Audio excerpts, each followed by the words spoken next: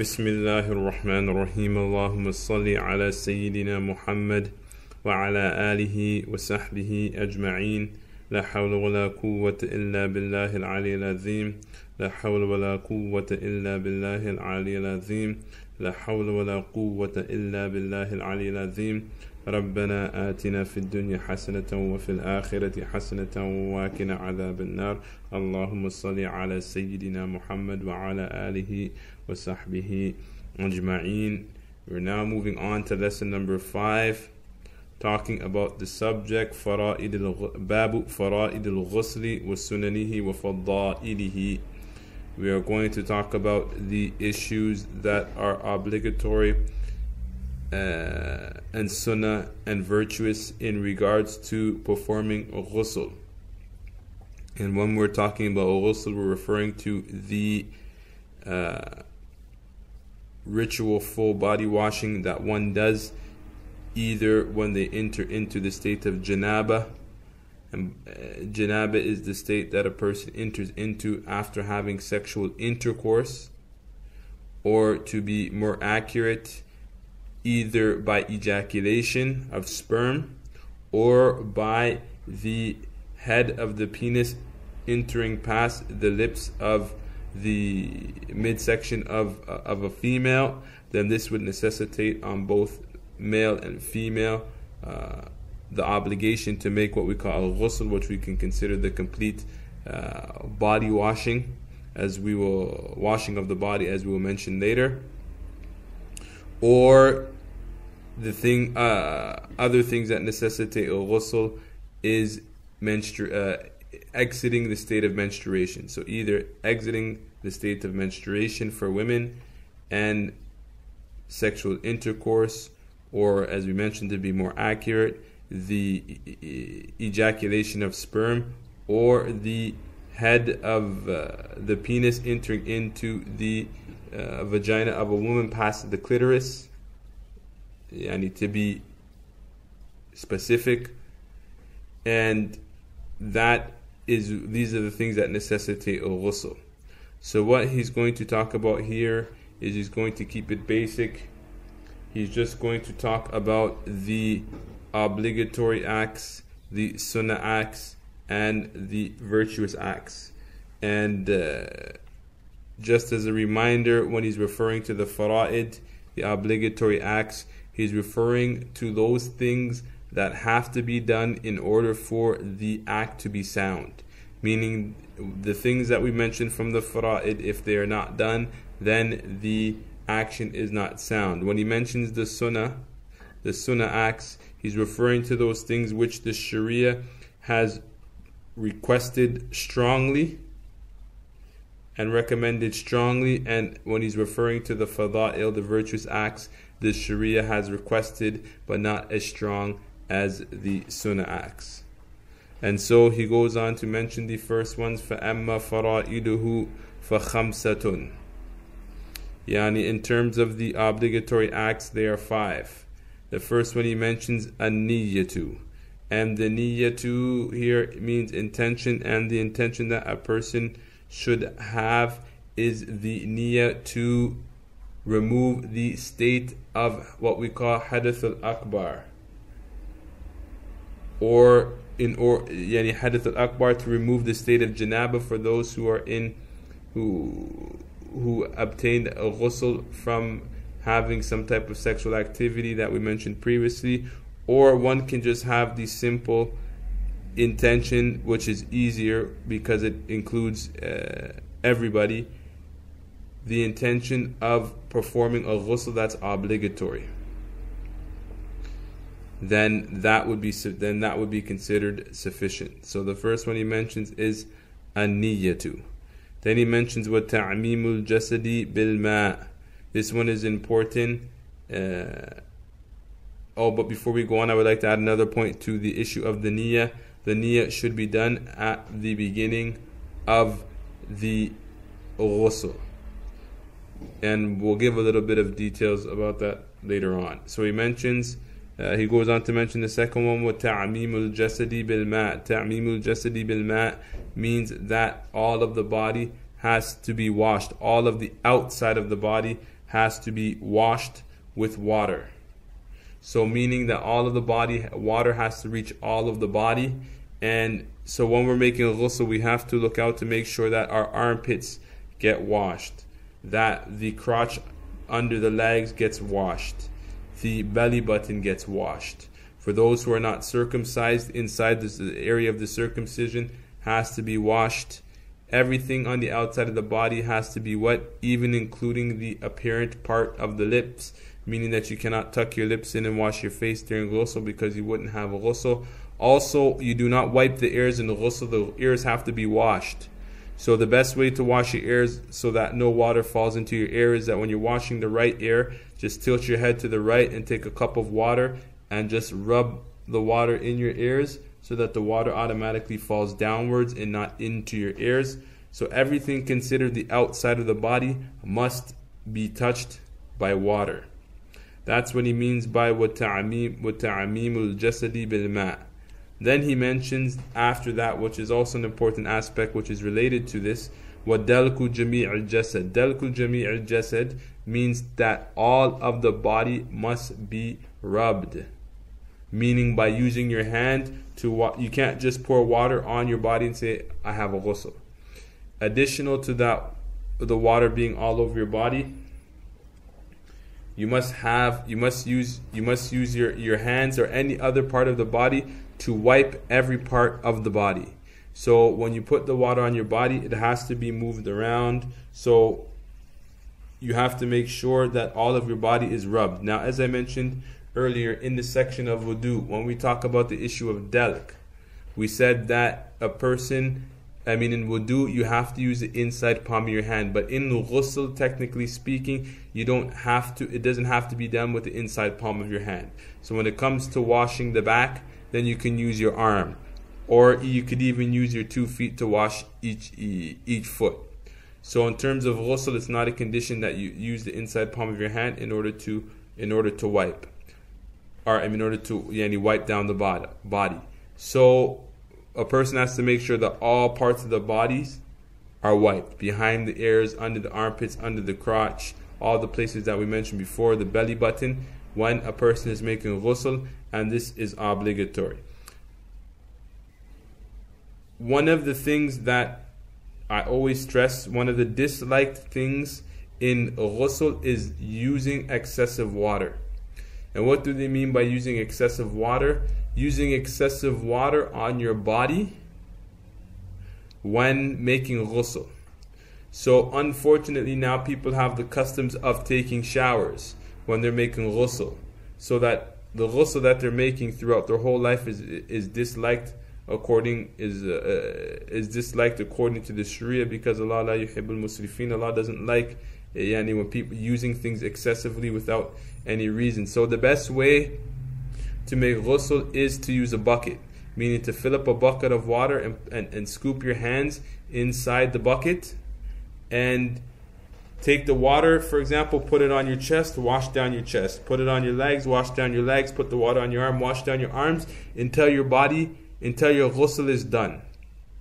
When it's done, then you can wash with soap any way you want to. But when a person is making the ghusl, since it's a type of form of ibadah, then it is mustahab, as mentioned in the books of fiqh, to use the least amount of water possible when making a ghusl. So that's one way you can make a ghusl. Another way you can make a ghusl is if you turn the shower on, stand under the water for a couple seconds, then turn it off, and then use that. Since your body's wet now, just take your hands and wipe down your whole body, and you have a ghusl. Or just turn on the tap in the bathtub, put your hands under it, and take the water from it and put it on your body until all of your body is covered in ghusl. So everything must be covered in ghusl. A point for women, which is very important, and it goes as well for wudu: nail polish cannot be worn when making wudu, nor when performing ghusl. Nail polish has to be removed, no questions asked. Same with makeup. If makeup is a means so that the water doesn't get to your face, as I've been told that Muslim women are starting to wear waterproof makeup for the sake that when they make wudu, then the water doesn't actually touch their face because it will repel the water, is absolutely is absolutely problematic, because the water has to reach the face, and if it's not reaching the face, then you do not have wudu or ghusl. So that's one of the, as I mentioned, that's a way that you can perform a ghusl properly. So he says, وَدَلْكُ الْجَمِيعِ الْجَسَدِ, as we just mentioned, which is the wiping down of the whole body. وَالْفَوْرِ. Wal-fawr means, as you mentioned before, it's the same as in wudu, that you do the ghusl all in one shot, so that you complete it before any of the limbs dry. And just to strike an example, as we did before, an example of that would be if you started your ghusl, for example, and the phone rang, and you went and you answered the phone. Technically speaking, if you hung up the phone and your limbs were still dry, your limbs were still wet, you could go back and complete your wudu, because you would still be considered doing your ghusl in continuously. And as we mentioned here, al-fawr, continuously, is a condition for the soundness of a person's ghusl. So what we mean by continuous is a technical term, meaning that you complete your ghusl before the other limbs dry. So if you were to hang up the phone and your limbs were dry, then you would have to start your ghusl all over again. Then he mentions the last one. So the first one we have an-niyya, which intention. The second one is that water reaches all parts of the body. The third one is that you wipe down the whole body with water, or using any limb of the body. The fourth one is that you do it continuously. And the fifth one is called takhlil al-sha'r. Takhlil al-sha'r means that you run your fingers through any hair on the body, so that water gets down to the skin. Even the beard, whether it's thick or thin, and all the hair on your head, you have to make sure that you run your fingers through your scalp, so that water gets down to all parts of the body. Your eyebrows, you have to make sure that you rub your eyebrows so that water gets down to the eyebrows. And so that's what they mean by takhlil al-sha'r. Takhlil al-sha'r basically means to run your fingers through your hair, the hairy parts of the body. So those are the obligatory acts which he said were 5. Then he's going to move on to mention 4 sunnah acts. He says, وَأَمَّا سُنَنُهُ فَأَرْبَعَةٌ. Therefore, غَسْلُ يَدَيْهِ أَوَّلًا إِلَى كُوعَيْهِ. That he should wash his hands before placing them, to wash his hands before he begins his ghusl.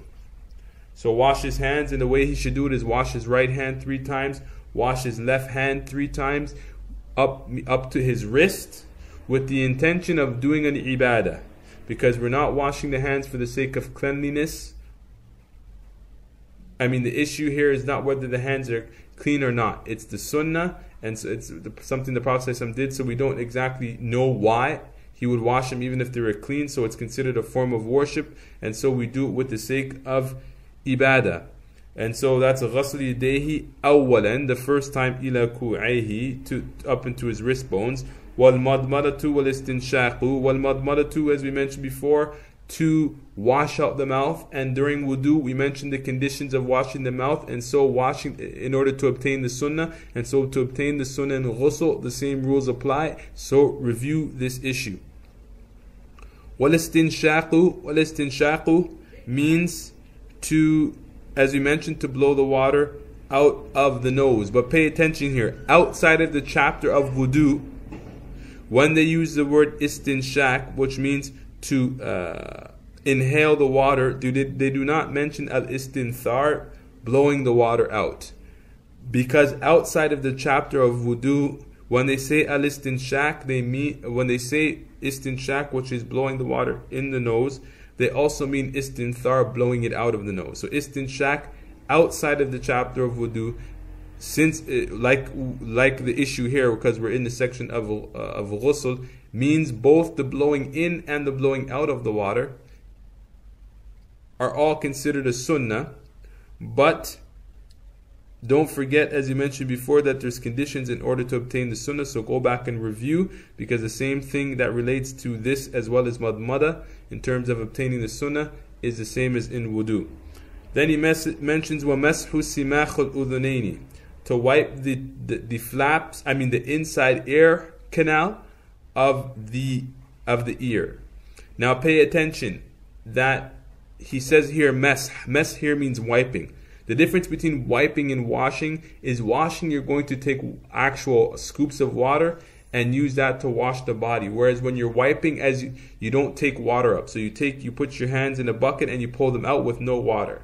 So what you're going to do when you're wiping the air canals, and not deep in the air canals, just the inner hole, a little bit on the inner hole, you just dip your 2 index fingers in the water, pull them out, just put them on the inside a little bit and just turn them back and forth a little. That's what he means by وَمَسْحُ السِّمَاخُ الْأُذُنَيْنِ. So those are the 5 sunnahs, the 4 sunnahs that he mentions. Washing the hands first, then washing the mouth, then doing the nose, then wiping the ears. Then he's going to move on to وَأَمَّا فَضَائِلُهُ فَسِتَّةٌ. As for the fada'il, he's going to mention sittatun 6. الْبَدْءُ بِإِزَالَةِ الْأَذَى عَنْ جَسَدِهِ.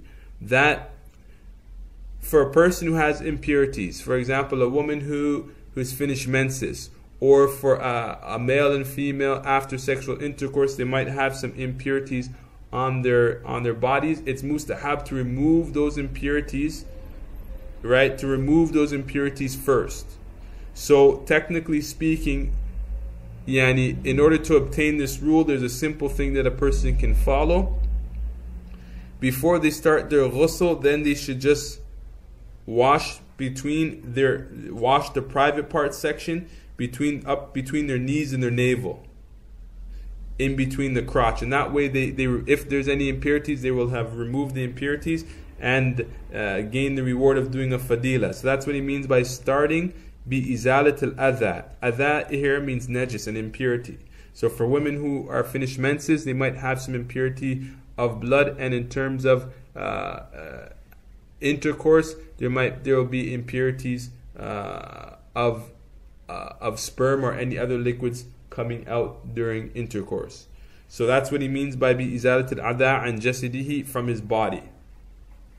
So meaning that what a person's going to do is he's going to wash his hands, and when he washes his hands, then he's going to start by removing the impurities. Or actually, my bad, he's going to remove the impurities first, before he starts his ghusl, then start washing the hands.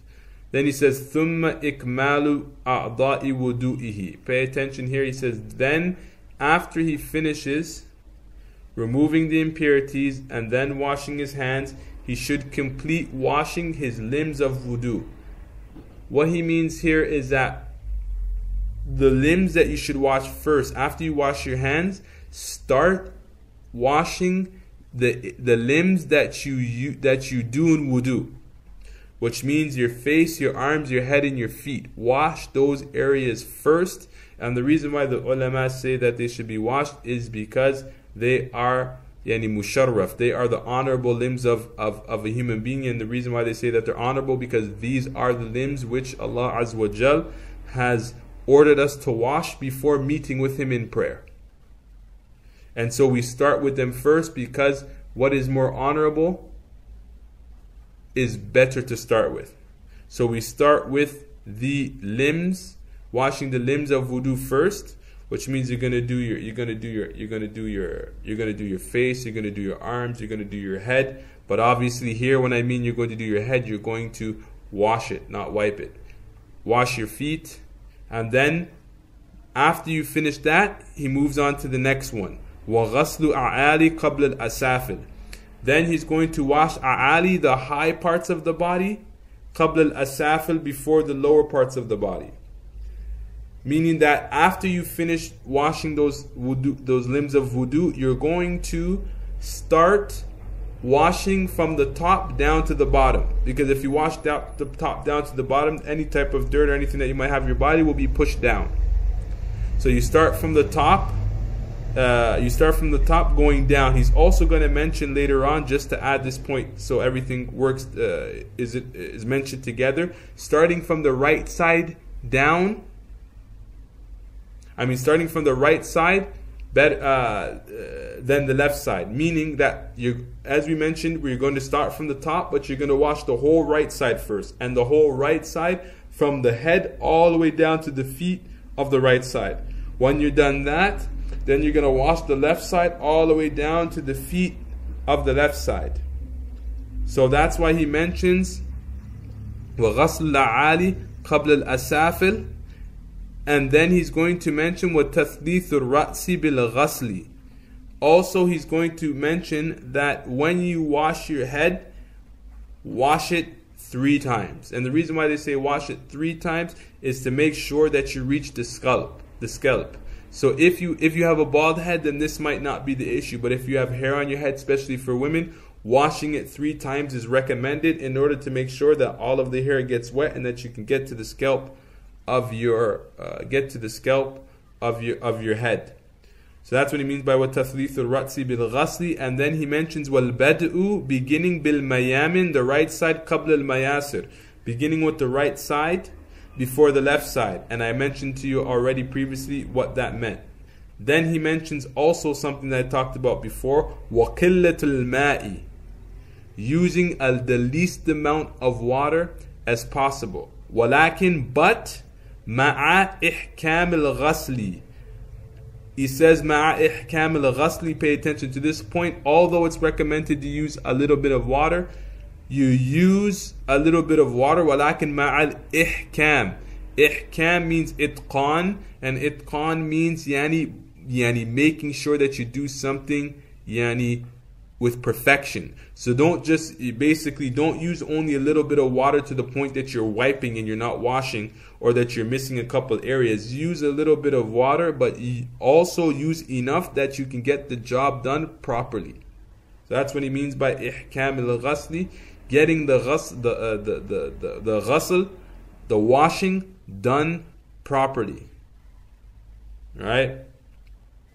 So that's the end of the section about ghusl, and I'll touch upon a few points before we close this session. For those who know Arabic, understand the difference between ghuslu, al-ghuslu with a dhamma, and al-ghasli with a fatha. When we say al-ghuslu with a dhamma, we are referring to the technical term of the washing that we do as a form of worship, al-ghuslu. So ghuslu means to perform the ritual washing. When we use the word ghasl with the fatha, we're referring to just washing. That's why you notice when he says babu fara'idul ghusli wa sunanihi wa fada'ilihi, here we're talking about the obligatory acts of the actual ritual action of ghusl. But if you look during when we're talking about the fada'il, he says وَغَسْلُ الْأَعَالِ قَبْلَ الْأَسَافِلِ, and he uses a ghaslu, because when he says غَسْلُ أَعَالِ قَبْلَ الْأَسَافِلِ, he means washing the whole right side. So he's not going to say ghusl, because when he says غَسْلُ الْأَعَالِ, when he says washing, he's talking about just a normal state of washing. So distinguish between the word ghasl wa ghuslu. So before we close as well, in order for a person to make a practical ghusl, what he's going to do is he's going to enter the place where he's making ghusl. He's going to start removing the impurities. He's going to remove all impurities. So I say in general, to wash between the knees and the navel, and inside the crotch area. Then he's going to start washing his hands 3 times. One side, his right side, then his left side. Then he's going to start washing the limbs of wudu. And after time that he starts washing the limbs of wudu, this is the first obligatory act, and this is where the niyyah should take place. Right? Because the washing of the hands is sunnah, and that washing of the hands is before ghusl. It is not part of the ghusl. So after you finish washing your hands, the next part that you start washing, you've now started to do the obligatory act of ghusl. So that's where you should have the niyyah. of either of entering into the state of purity, or removing the state of the greater impurity, or the intention of doing the obligatory act of ghusl. Now, a side point here that's important for men, and it doesn't include women, which wasn't mentioned in the text but is mentioned in other texts, that it's mustahab for the man to start washing his body from his private parts after he finishes washing his hand, namely his front private part, because if he touches it afterwards, after he starts his ghusl, then his wudu will become broken, and he'll have to make another wudu after he's done his ghusl. Because in our madhab, if you make a ghusl and you don't touch your private part, it's sufficient to make wudu. But if you start making your ghusl, like you start washing your chest first and then you touch your private part, then after your ghusl, you're going to have to make another wudu. So for men, something a little different. After you start washing your hands, wash your private parts. Wash your private part, meaning the front private part first, and then go back to the normal, and then carry on your ghusl as normal. And what we mentioned is that after you finish that, then you're going to wash the limbs of, before I jump the gun, after you wash your hands, then you should wash your mouth and wash your nose, meaning to do the sunnah acts as you would do them in wudu. So you're going to wash your hands, and then you're going to do the sunnah acts, which is washing the mouth and washing the nose. And then you're going to, if you're a male, you're going to wash the private part. If you're not a male, then that part doesn't concern you.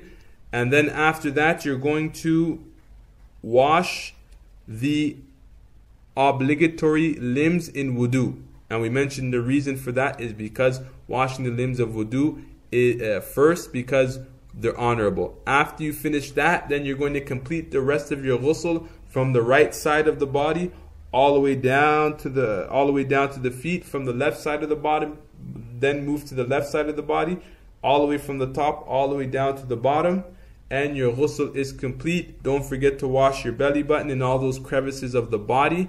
Do not tuck your lips in when you're making ghusl. Make sure that your lips are out. Don't forget to make takhleel of the sha'r, meaning to run your fingers for those who have lots of hair on their chest, or those who have lots of hair on their head. And all of us, in terms of the eyebrows and so on and so forth, must be washed. Also, do not forget to make sure that all of the body parts have to be wiped over with a limb as well as being washed.